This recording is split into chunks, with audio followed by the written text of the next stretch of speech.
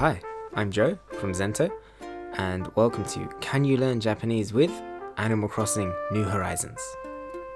Animal Crossing has been a Nintendo franchise for the past 20 years now, and this newest release, New Horizons, has seen record sales, achieving widespread popularity. So what exactly is the point of the game? Well, nothing. And anything? Basically, you arrive on a deserted island and are tasked with increasing the population and building your town. If you want to, of course. The other inhabitants on the island are, well, you guessed it, animals, who you can talk to as much or as little as you'd like. You can grow fruit-bearing trees, plant flowers, catch bugs and fish, dig up fossils. They're all pretty simple activities. That's one of the reasons I think this game is a good tool to learn Japanese. Animal Crossing New Horizons is available now on Nintendo Switch worldwide and downloadable from the Switch eShop. Even the EU and US copies of the game come with Japanese language support, so there's no need to import the game from Japan or anything.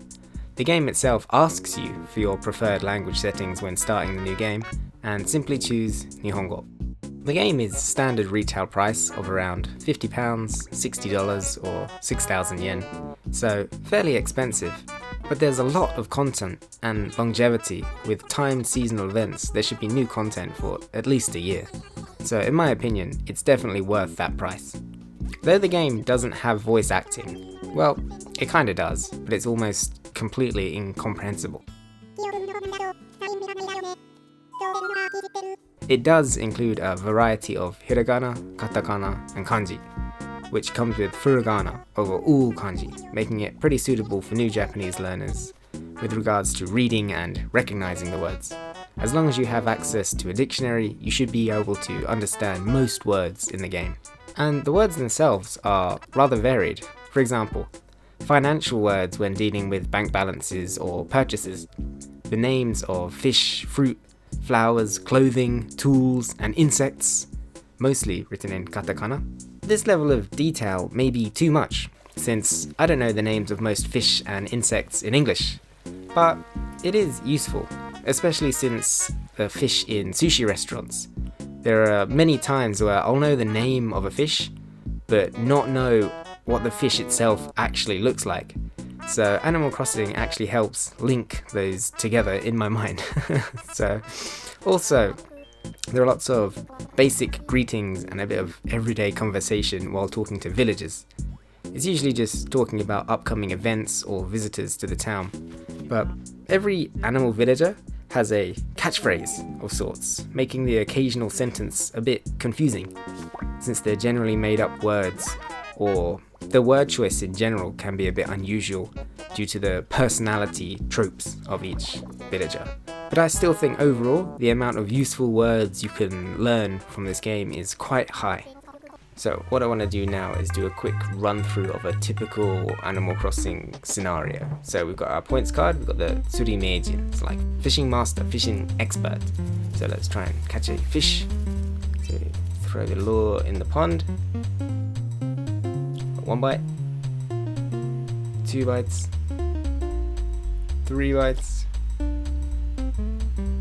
4 bites, really? 5 bites, a maximum number of bites, and we've caught a rock. So, apparently you can catch rocks here, So let's fast forward a bit, quick sad face, and then fast forward, let's try and find an actual fish, so we can break down some Japanese and I don't know, use this as a learning resource. So, found a new fish. So 1 bite. 2 bites. Not again. 3 bites. 4 bites. Okay, so let's see. Next fish. And it's a boot. Nagai, long, kutsu, shoes, long shoes, boots. But not a fish. Let's keep going. Let's find a fish. I want a fish. I want to sell a fish. So, again, 1 bite. 2 bites. Okay, we got it. Is it a fish? Yes, it is. We got ugui, which I think is a dace in English. And all the fish have like puns or plays on words. And that one I don't actually know. So if anyone does know, could you please tell me? So we enter the shop, they say, "Irashaimase," very Japanese welcome to a store. and they say, today, what do you want to do? We've got a couple of options here, but we want to buy, sell, so we want to sell to them, they want to buy it from us, so we click the top one, and let's find our fish, not the boots, but the fish, the ugui. So you show that to them. So, in that case, 240 bells. Will you sell it for that much? Is that okay? And we can say, yeah, I'll sell, or no, I don't want to do that. So they say, arigatou gozaimashita, thank you very much. And then, kigaru ni, like, feel free to come anytime. I think it's a fairly realistic Japanese shopping experience, to be honest. In terms of story progression, there is a short set of tasks to complete near the start of the game, most of which can be done within an hour or so of playtime every day, but spread out over the course of maybe 2 weeks since the game is played in real time. There's no combat in the game though, no bosses, no real objectives, so you don't have to worry about getting stuck if you can't understand a lot of the Japanese, which is great. Though there are some tasks, such as furnishing a house with specific crafted furniture, which could be difficult if you struggle to understand the instructions, but that's nothing a quick Google search in English won't fix.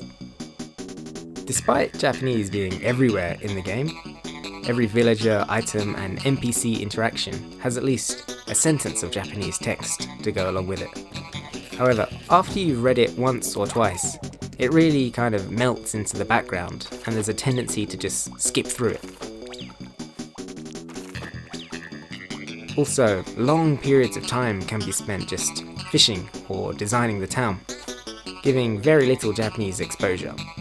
But if you want to read every description and talk to every character, then there really is a lot of good practice here.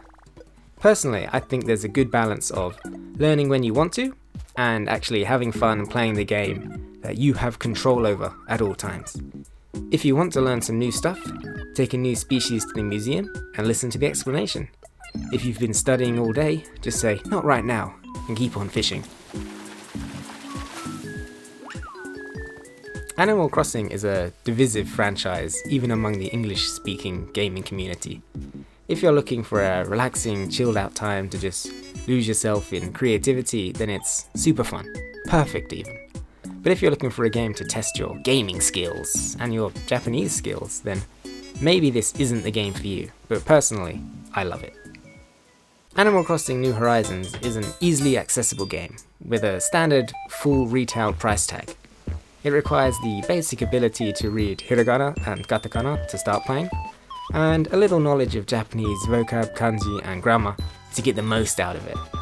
But even without that, you can still have fun, make some progress, and maybe pick up 100 or so useful nouns or phrases. Even if you've never played a previous game in the series, I think you can jump straight in and pick things up.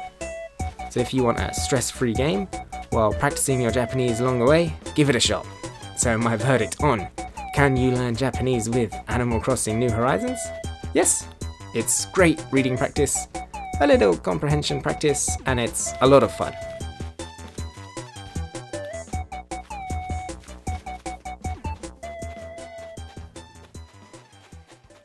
If you enjoyed this video, please consider leaving a like and subscribing to see which game I cover next.